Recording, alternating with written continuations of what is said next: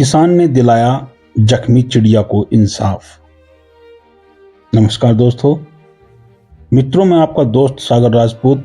दोस्तों, एक कहानी है गरीब किसान की, जिसने अपनी समझदारी और थोड़ी सी हिम्मत से एक नन्ही चिड़िया को राज दरबार में इंसाफ दिलाया।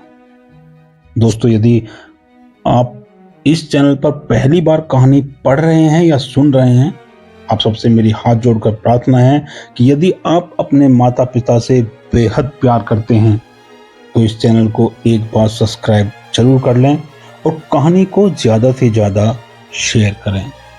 धन्यवाद। एक था किसान, तेज धूप में भी खेत में मेहनत कर रहा था। खेत के किनारे एक पेड़ था, हरा भरा छायादार। पेड़ की ओर देखता तो मन करता कुछ देर आराम कर लूं, पर फिर सोचता बस थोड़ा काम और निपटा लूं तब आराम करूं। तभी दो घुड़सवार वहां आकर रुके।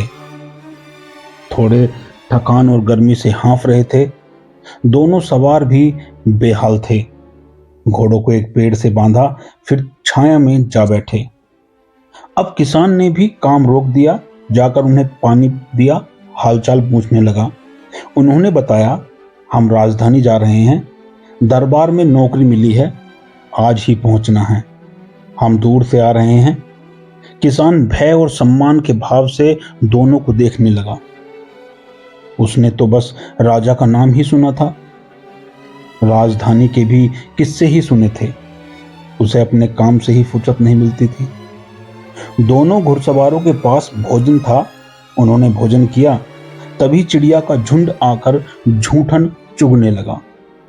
पेड़ की शीतल छाया में बैठकर चिड़ियों की चहचहाहट सुनना किसान को अच्छा लगा, लेकिन तभी आनंद में बाधा पड़ी। दोनों घुड़सवारों ने एकाएक पत्थर उठाए और चिड़ियों पर फेंके।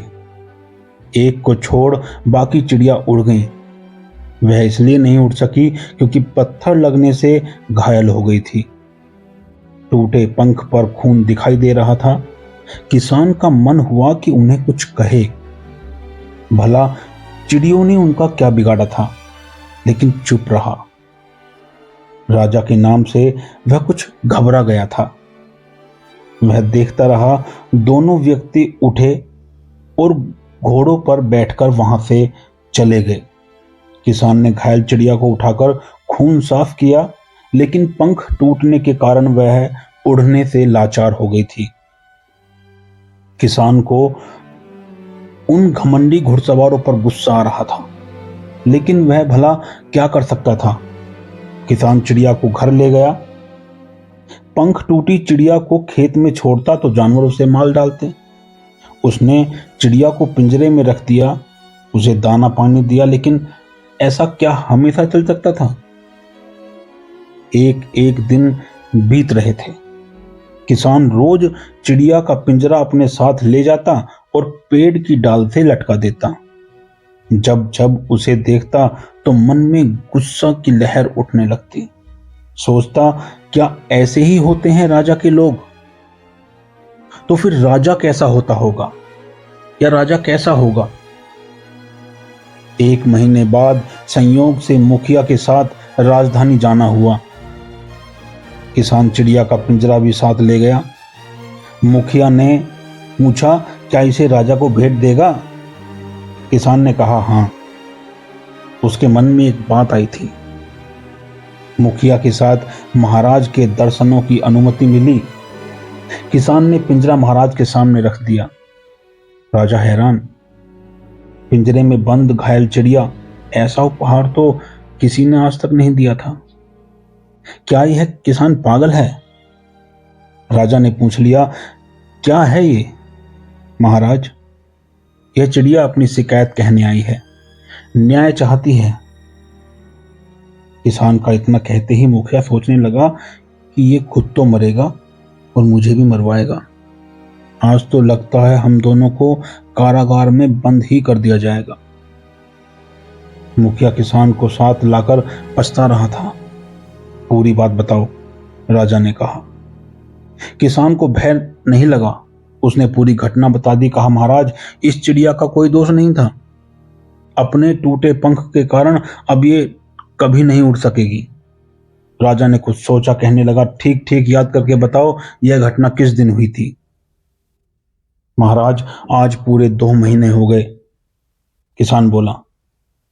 राजा ने आदेश दिया, पिछले 2 महीनों के दौरान नियुक्त राज कर्मचारियों को हाजिर करो। थोड़ी देर बाद अनेक राज कर्मचारी दरबार में हाजिर थे। सब घबरा रहे थे। राजा ने पूछा, इस चिड़िया को देखो, कोई पहचानता है इसे? कैसी विचित्र बात! भला चिड़िया को कोई कैसे पहचान सकता था?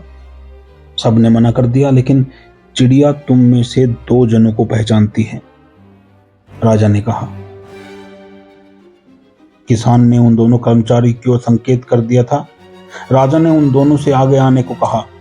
बोला, तुम दोनों ने इस चिड़िया पर पत्थर फेंके थे। यह ठीक 2 महीने पहले एक किसान के खेत में हुआ था। झूठ मत कहना, वह किसान भी यहां मौजूद है। दोनों ने किसान को देखा तो घबरा गए। उन्हें तो ठीक से याद भी नहीं था कि उस दिन क्या हुआ था। बस हल्की सी याद भर थी, लेकिन किसान और पिंजरे में बंद चिड़िया को देखकर पूरी घटना याद आ गई। वह कुछ बोल न सके, सर झुकाए खड़े रहे, फिर कहा, हमसे भूल हुई, क्षमा कर दीजिए महाराज। कभी नहीं। मेरी नौकरी में आने से पहले ही तुम में इतना अहंकार आ गया?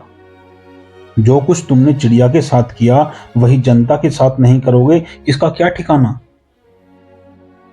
मैं तुम्हें इसी समय नौकरी से अलग करता हूं।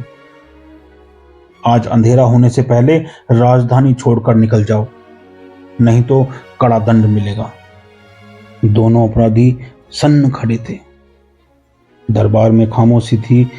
एक घायल चिड़िया इस तरह शिकायत कर सकती थी, ऐसी कल्पना तो किसी को नहीं थी।